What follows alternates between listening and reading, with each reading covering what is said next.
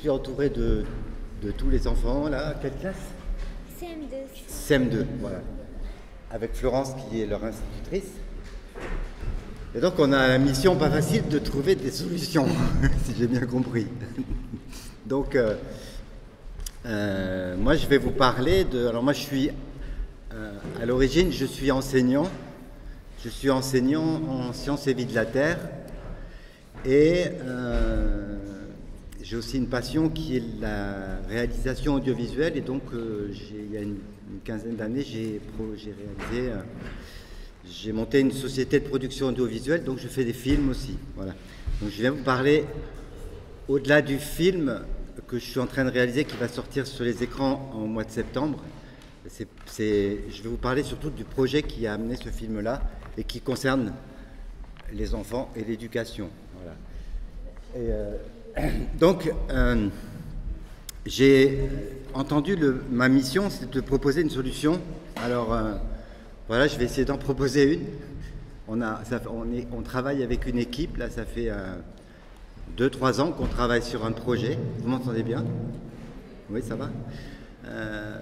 Et un projet en lien avec la nature. Donc, la solution, elle vient peut-être de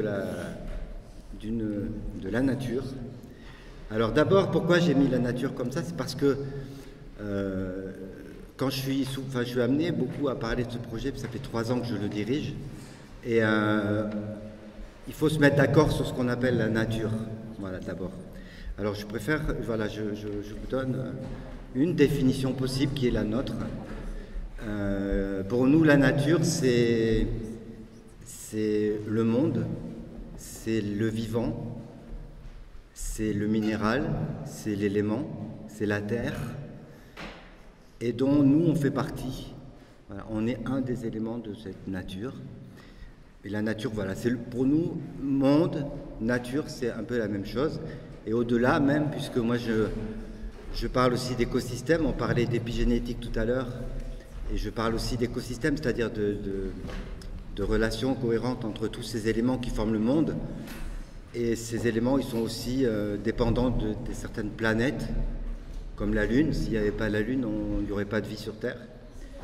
Et donc j'inclus dans la nature aussi un petit peu l'univers. Donc la nature, c'est un mot qui englobe tout en fait. Et je l'associe à un concept qui est un autre concept, qui est le concept de réalité. C'est-à-dire pour moi, la nature, c'est synonyme de réalité aussi. Et justement, et ben pourquoi la nature, ce serait peut-être une des solutions pour cette crise écranique? C'est parce qu'elle est réelle. Voilà.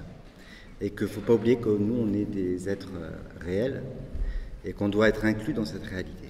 Voilà. Donc, voilà, si vous êtes d'accord avec moi, la nature pour vous, c'est quoi? C'est quoi pour toi la nature? Ouais. C'est les arbres, les végétaux. D'accord, toi? Moi, La nature pour toi, c'est quoi? les animaux. Voilà, la nature pour toi, c'est quoi? Un lieu de vie. Le vie pour toi?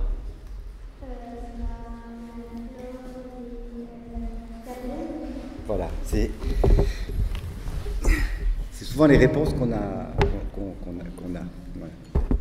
Et donc, le projet que je dirige, alors avant de parler du projet, voilà, moi je parle de la grande illusion. Ça veut dire quoi?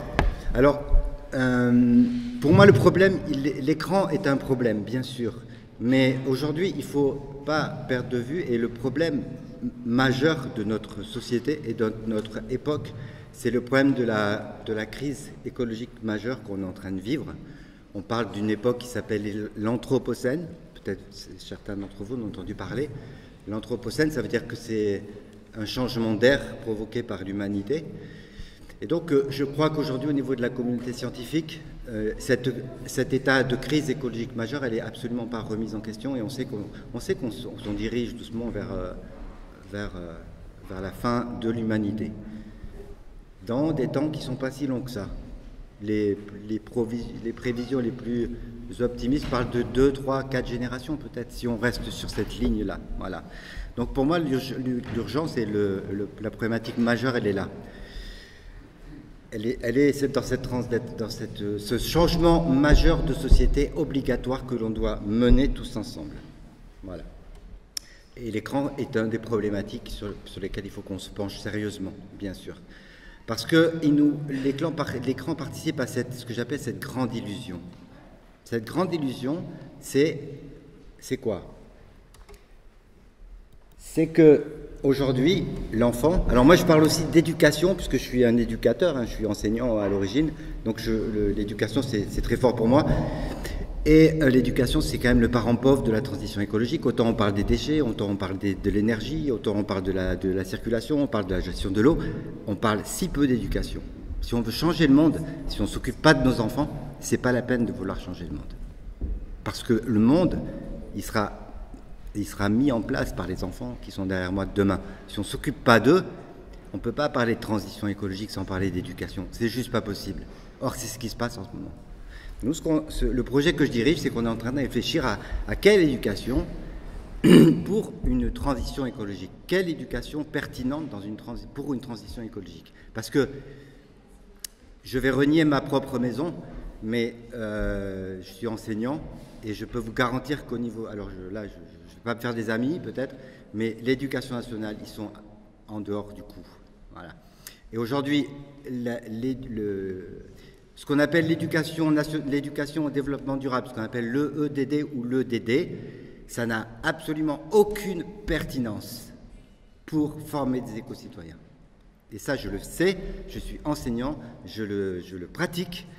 Et un des arguments parmi d'autres, par exemple, c'est on va nous faire de l'EDD, on va nous dire c'est transversal, c'est-à-dire qu'on doit travailler avec les enseignants de géographie, de français, de mathématiques, quand entre midi et 2. Où vous pouvez. Vous voulez sortir? Mais non, vous ne pouvez pas sortir. Voilà, c'est débrouillez-vous, les enfants. Alors il y a des super textes, hein, ça c'est très français. On fait des super textes, des super lois, des super instructions officielles. Elles sont inapplicables. Voilà. C'est ça la transition écologique à l'éducation nationale aujourd'hui. Donc il faut changer le truc. Voilà. Je revendique, j'assume, je suis enseignant, je revendique. Voilà. Donc, aujourd'hui, ce que j'appelle la grande illusion, c'est que l'enfant, tous ces enfants derrière, il y a plein de facteurs qui font, et l'écran est un des facteurs de cette grande illusion. C'est que l'enfant, aujourd'hui, il dit « Je n'ai pas besoin de la nature pour survivre et pour devenir humain. » Et il a parfaitement raison. Parce qu'aujourd'hui, on peut très bien vivre sans nature. Vous pouvez manger sans nature. Pour manger, vous faites quoi? Vous allez faire vos courses à Carrefour ou ailleurs, ou à Intermarché, je ne sais pas trop où. La nourriture, elle est en boîte. Aujourd'hui, la nature, si on a envie de s'évader un peu, eh ben on peut prendre la télé, on peut... Voilà. Qu'est-ce qu'il y a d'autre chose encore? Il y a tout un contexte qui fait qu'aujourd'hui, la nature n'est pas obligatoire. On peut très bien vivre sans nature. Et moi, c'est un des gamins du projet que je dirige qui disait ça, mais à quoi ça sert de vouloir se reconnecter à la nature? Non, j'ai pas besoin. Donc, on est dans cette illusion. En tout cas, l'éducation aujourd'hui, elle amène doucement à cette illusion de penser qu'on peut se passer de la nature. Et moi, c'est ce que j'appelle la déconnexion. Ce qui fait que l'enfant aujourd'hui, qu'est-ce qu'il croit? Il croit que pour devenir humain et pour être heureux, c'est tout ce qu'on disait ce matin, c'est qu'il faut consommer, il faut avoir de l'argent, il faut avoir du pouvoir, il faut avoir un écran. Avec tout ça, je peux vivre. Et ça c'est ce qu'on éduque à l'enfant aujourd'hui. Enfin, en grande majorité. Certainement pas les enfants qui sont derrière moi, parce qu'ils vont dans la nature. Donc voilà aujourd'hui ce que j'appelle la grande illusion. Voilà.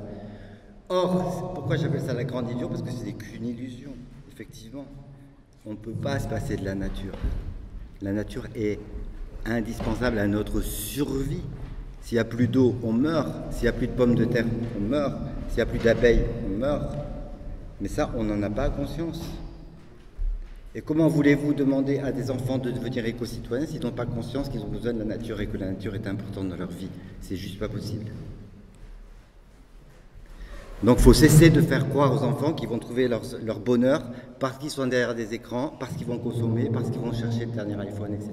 Il faut arrêter de leur faire penser ça parce que là on est en train de les tromper à grande échelle. Et on prétend vouloir changer le monde. Arrêtez, il faut arrêter quoi. Si on veut changer le monde, il faut commencer par s'occuper de nos enfants. Voilà. Donc, effectivement, ça va mener à quoi? Ça va mener au fait que dans 20, 30, 40, 50 ans, il n'y aura plus d'hommes sur Terre, la nature continuera à survivre, c'est évident, mais l'humain non. Donc, perdre le lien, c'est ça. Et moi, cette déconnexion, cette grande illusion, ça veut dire qu'on perd le lien, ou en tout cas la conscience du lien que l'on est en interaction vitale, essentielle avec l'élément de la nature, avec l'arbre, avec la feuille, avec l'air, avec l'eau, etc. Donc il faut permettre, qu'est-ce qu'il faut faire? Dans notre projet qui s'appelle le grand secret du lien, en fait, on met en questionnement l'éducation. C'est-à-dire qu'on se dit quelle éducation va permettre à l'enfant de retrouver ce lien, cette conscience. Ça veut dire quoi? Ça veut dire qu'il faut trouver une éducation qui rende à la nature la place qu'elle mérite, au niveau de la conscience. Ça veut dire la nature m'est indispensable. Ça veut dire qu'il faut que l'enfant, quand il arrive dans sa prise de conscience adulte, de dire ben moi j'ai besoin de la nature, elle est aussi importante que l'écran.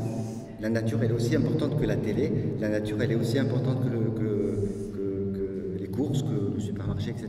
J'ai besoin de la nature. Et ben le boulot il est énorme parce qu'aujourd'hui on a tellement de prothèses, on peut tellement vivre sans la nature que ça c'est du boulot quoi. Donc il faut trouver. C'était facile au niveau de à la préhistoire, c'était facile parce qu'en fait ils n'avaient pas d'autre choix que d'être dépendants de la nature. Aujourd'hui on a tellement de prothèses qui nous séparent de cette nature que retrouver cette conscience c'est du boulot quoi. Donc c'est la recherche qu'on a mis en question. Ce projet ça s'appelle le grand secret du lien. C'est quelle éducation on peut mettre en place tous ensemble pour retrouver le lien, pour retrouver cette conscience de l'unité qu'on forme avec la nature. Et donc c'est un projet que je dirige depuis 3 ans, ça s'appelle le grand secret du lien, où on a mené des recherches scientifiques, une recherche scientifique avec des docteurs en sciences de l'éducation et des éducateurs nature, des mouvements d'éducation environnement, des mouvements d'éducation populaire. Et la chercheuse, la responsable de la recherche devait être avec moi aujourd'hui ce matin, mais bon, elle n'a pas pu venir. Voilà, donc concrètement, on a au niveau du temps, je suis bon là parce que je ne sais pas, il faut que j'aille vite. Okay. Il y a tellement de choses. Concrètement, on a fait une expérience pédagogique où on a amené 5 groupes de 10 enfants dans 5 régions de France faire une expérimentation pédagogique et on a été à la recherche de cette éducation. Et on a pris notre hypothèse de départ, c'est que pour réussir à retrouver cette conscience de notre appartenance à la Terre, en fait, il y a juste deux critères principaux. C'est que, il faut remettre l'enfant en contact direct avec la nature. Alors, la nature, c'est-à-dire les éléments constitutifs de la nature qui ne sont pas humains, c'est-à-dire l'arbre, la forêt, l'animal, le vivant, etc. Ça, c'est une des premières conditions, c'est-à-dire l'éducation qu'on propose, elle doit absolument permettre à l'enfant de retourner dans la nature, les classes vertes à l'école, les parents, il faut qu'ils aillent se promener avec les enfants dans la nature. Enfin, ce contact direct, il est juste fondamental, il est juste essentiel. Et 2, c'est qu'il faut retrouver notre sensorialité. Et ce que j'ai entendu ce matin par rapport à ce que disait Boris Cyrulnik et tous les intervenants qui sont là, me conforte vraiment dans cette hypothèse d'éducation. C'est qu'en fait, les écrans, je posais la question à midi à Boris Cyrulnik, puis est-ce que les écrans peuvent nous couper de nos sens? Il disait oui, tout à fait.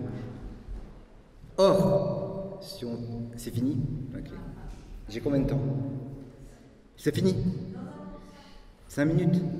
D'accord, c'est bon, mais je vous parlerai du film, mais je ne passerai pas à l'extrait. Je peux faire. Donc il faut retrouver le contact avec la nature et 2, développer l'expérience sensorielle. On travaille beaucoup trop avec notre mental, avec notre cognitif, et l'éducation, elle est beaucoup trop basée là-dessus. Donc nous, on a pris cette hypothèse de retrouver la nature et optimiser l'expérience sensorielle. On a travaillé avec des experts du sensoriel qui sont des pédagogues de la perception, qui sont des gens qui travaillent sur la pédagogie de retrouver sa propre perception, et des éducateurs nature qui ont l'expertise de l'éducation ou de la vie dans la nature ou de la vie quotidienne dans la nature. Voilà. Et donc on a... Qu'est-ce que j'ai mis là? Et notre idée, c'est que effectivement l'éducation propose arrive à permettre à l'enfant de dire je suis élément de la nature et de tous les êtres vivants qui la composent, etc. Les vivants et non vivants me sont indispensables et je deviens donc ainsi solidaire du monde. Voilà. On a, pour vous parler un petit peu de l'éducation qu'on a... Ou non, peut-être pas ça. Non. Je vais peut-être passer la bande-annonce. Voilà. Donc concrètement, il y a un livre qui va sortir sur la recherche scientifique qu'on a menée, qui va proposer des pistes éducatives en septembre 2019, et le documentaire que j'ai réalisé, qui va sortir aussi sur les écrans en septembre 2019, qui va expliquer un peu, enfin faire cette proposition éducative, avec l'intérêt, c'est que c'est transversal, c'est pas une nouvelle éducation qu'on demande ou qu'on propose, c'est des comportements qui sont adaptables à tous les types d'éducation. Un, qu'elle se fasse n'importe où, dans n'importe quel endroit où il y a de la nature. Et trois, qu'elle soit accessible et qu'elle soit déprofessionnalisée, parce que la professionnalisation de l'éducation nuit, à mon sens, un petit peu à l'éducation, dans la mesure où chacun se désinvestit de son rôle. Quand les parents ils mettent l'enfant à l'école, ils se désinvestissent. Ben, c'est l'école est responsable, etc., etc. Et on n'a plus, il y a Philippe Mérieux, il dit une chose, il dit, c'est pas lui qui l'a dit, mais il cite une chose, c'est un proverbe indien qui dit c'est tout un village qui éduque un enfant. Il faut revenir à ça, c'est super important. Il faut qu'on tous, on se mette ensemble à éduquer l'enfant vers cette conscience du lien. Voilà. Pour finir, je dois aller hyper vite, donc je vous passe la bande-annonce, je ne sais pas si le son sera bon. Donc c'est un film qui va sortir en septembre de cette année, septembre-octobre 2019, sur les écrans de cinéma normalement. Ok.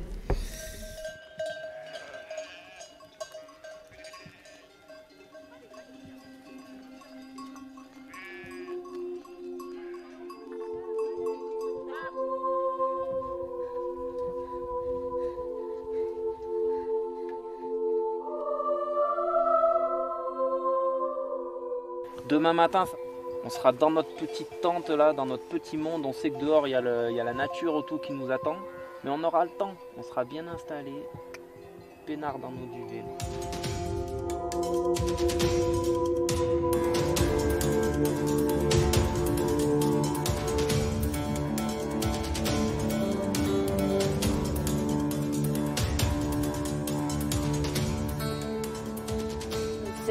C'est un endroit où on se sent bien, on peut prendre du temps à soi-même et tout, c'est tranquille en fait.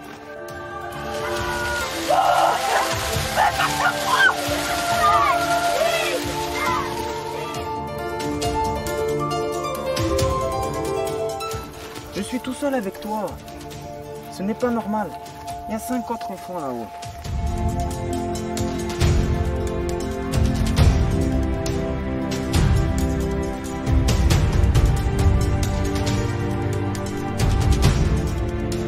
Après, c'est bien qu'on a chanté. Et après, on s'est endormi dans les étoiles. C'était magnifique.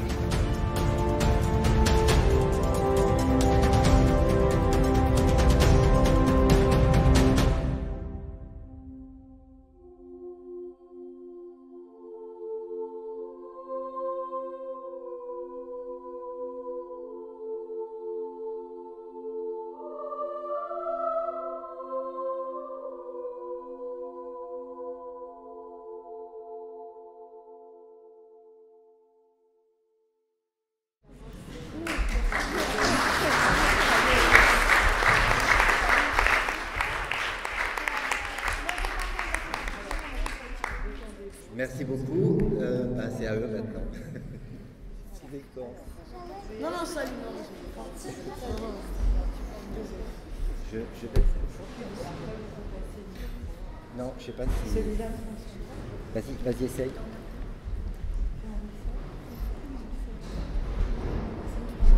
Non. Si ça marche.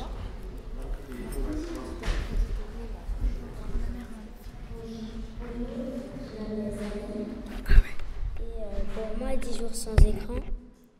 Je ne pensais pas que ça serait aussi facile. Je pensais pas que ça serait aussi facile que ça. Avant, même un séjour, ça serait impossible, mais 10 jours, ça serait carrément la mort pour ma première classe de mer. Mais quand j'y suis allée, je me suis bien amusée et ma classe de découverte à la campagne, ça a été un wow magnifique. D'habitude, je suis toujours collée à la télé, à l'ordinateur, etc. Et maintenant que je découvre la campagne, ma vie a changé. Et je voudrais passer plus de temps avec les animaux. Merci beaucoup.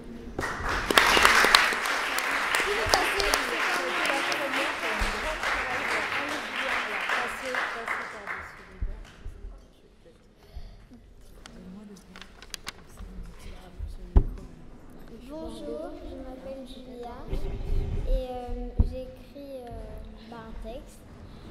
Les écrans ne m'ont pas manqué et puis je préfère faire des activités que rester devant les écrans toute la journée. Rester 24 heures sur 24 et 10 jours sur 10 avec ses amis, c'est beaucoup mieux que les écrans. Et puis on a appris à mieux se connaître. Durant ce séjour, nous avons découvert plein de choses comme découvrir comment vivaient nos ancêtres, bien savoir comment s'occuper des animaux, que de quitter les écrans n'était pas si compliqué que ça. Bref, c'était trop bien. Et puis quitter Paris, moi, ça m'a libérée. Ne plus rester dans la pollution, de découvrir de nouvelles choses, de pouvoir courir partout, de pouvoir s'occuper de différents animaux et surtout d'avoir du soleil presque tout le temps. Comme nous sommes en CM2, c'est notre dernière année de primaire et c'est vraiment la meilleure de toutes les classes découvertes. Et surtout, je voudrais remercier la maîtresse et Vincent, notre animateur qui nous a vraiment aidés à découvrir la vie d'avant. Merci.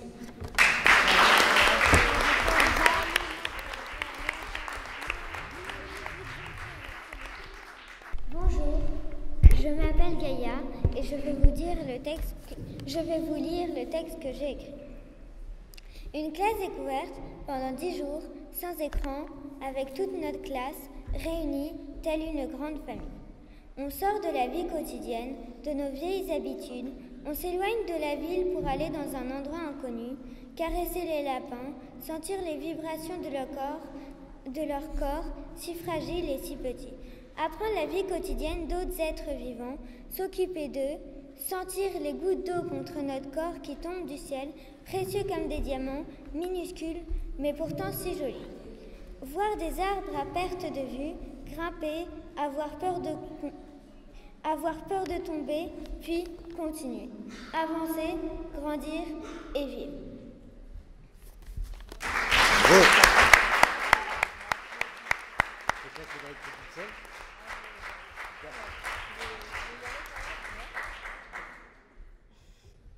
Bonjour, je m'appelle Jawed. Je vais pas vous lire, je connais mon texte donc je vais vous le dire. Alors, quand vous regardez, imaginons une image d'un âne sur internet et que vous le voyez en vrai, c'est pas du tout la même chose. Parce que déjà tu ressens tes sentiments, t'essayes, tu touches, tu le vois et il est marrant. C'est la même chose pour tous les animaux, les animaux. Donc voilà, c'est tout.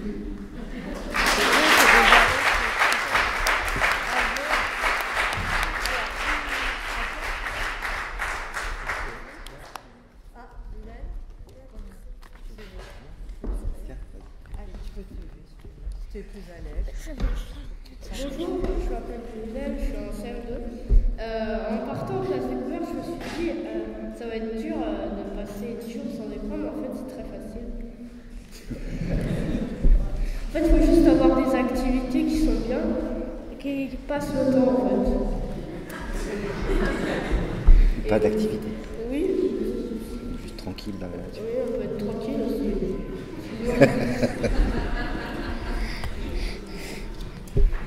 Et on a appris des tas de on a visité des campements préhistoriques aussi, des grottes. Et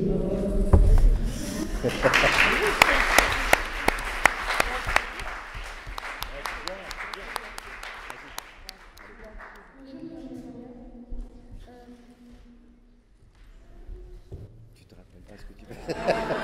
C'est trop d'émotion. Non. Tiens, c'est à qui?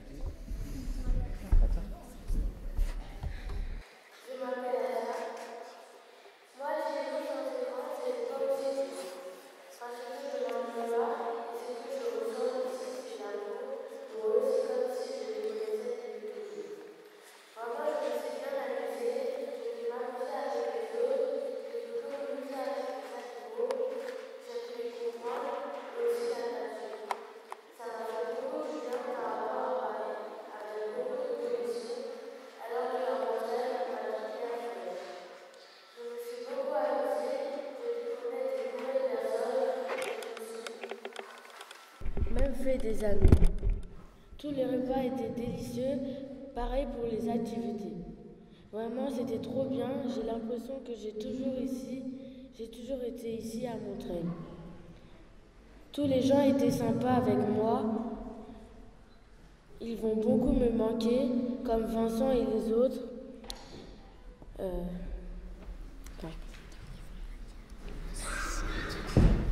sur le texte. Attends, ce que ça t'a fait d'être sans écran pendant 10 jours. D'accord. Moi, 10 jours sans écran, ça m'a rien fait parce que j'ai... Ça t'a pas manqué? Ça t'a pas manqué les écrans? Non. Ça t'a pas manqué? Non, ça m'a pas manqué.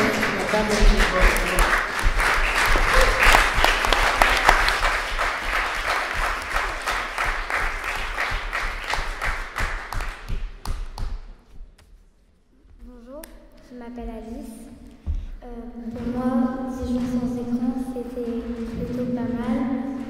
Ça m'a pas du tout manqué.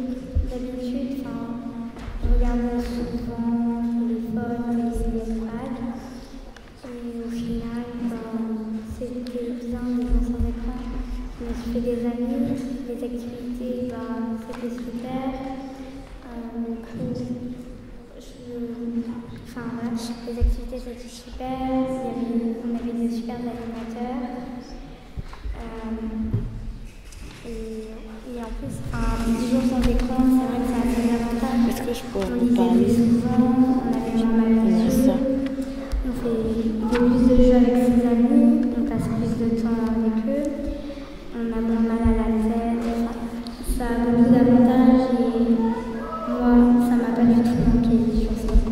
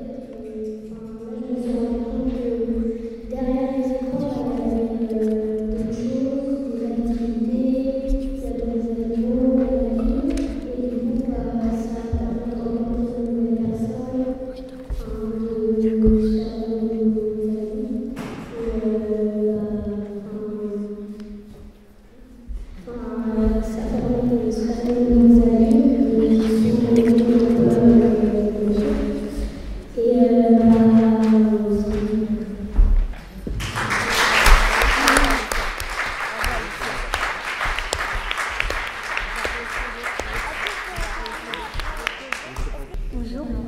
Déjà 10 jours sans écran, ça fait extrêmement du bien au cerveau. Parce que déjà, nous, humains, on prend beaucoup de notre téléphone dans la main. Par exemple, pour aller sur YouTube ou pour regarder des vidéos, pour aller chatter avec les autres. Moi, quand j'ai eu ma première console, j'arrêtais pas, je voulais pas la lâcher. Et au début, je voulais que jouer, j'arrêtais pas de jouer toute la journée. Et au bout d'un moment, j'ai laissé tomber. Et j'ai commencé à sortir dehors, faire du parcours. Enfin, apprendre à faire des amis. Et voilà, 10 jours sans écran, ça fait extrêmement de bien. Alors je vous demande d'essayer. Vous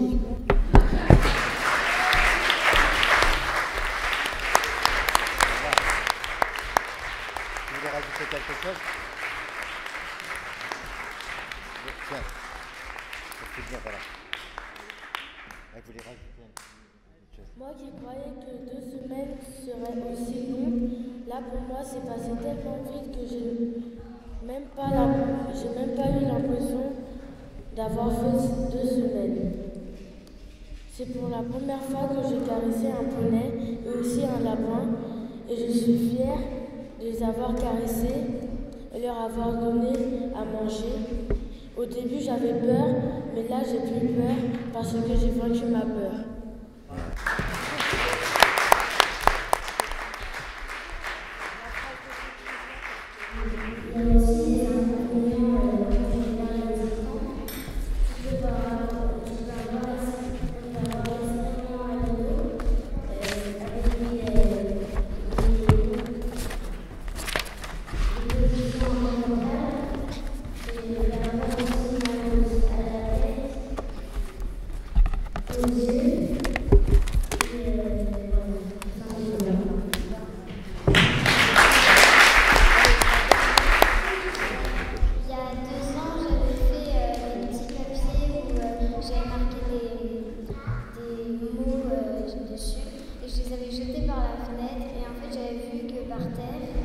Il y avait personne qui regardait les mots parce que tout le monde était sur leur écran et même les petits enfants ils avaient des tablettes ou voilà et du coup même il y a 2 ans j'ai su que les écrans c'était pas bien. Voilà.